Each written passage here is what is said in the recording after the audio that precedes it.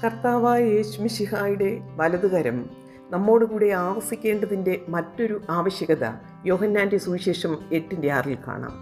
അതിങ്ങനെയാണ്: ശാസ്ത്രിമാരും പരീശന്മാരും സദാചാരവിരുദ്ധമായി ജീവിച്ചിരുന്ന ഒരു സ്ത്രീയെ പിടിച്ചുകൊണ്ടുവന്ന് ജനക്കൂട്ടത്തിന് നടുവിൽ നിർത്തി. മോശയുടെ ന്യായപ്രമാണം അനുസരിച്ച് ഇത്തരക്കാരെ കല്ലെറിഞ്ഞു കൊല്ലണം, നീ എന്തു പറയുന്നു എന്ന് യേശുവിനോട് ചോദിക്കുന്നു. യേശു ഇത് കേട്ടിട്ട് കുനിഞ്ഞ് നിലത്ത് എഴുതിക്കൊണ്ടിരുന്നു. ക്രിസ്തു എഴുതുന്നതായി ബൈബിൾ ഒരിടത്ത് മാത്രമാണ് പരാമർശം. എന്താണ് എഴുതിയതെന്ന് പറയുന്നുമില്ല.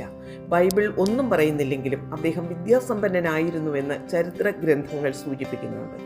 എഴുതിയതെന്തായാലും യേശുവിൻ്റെ മറുപടി തത്വചിന്തയുടെ പരമോന്നതമായിരുന്നു.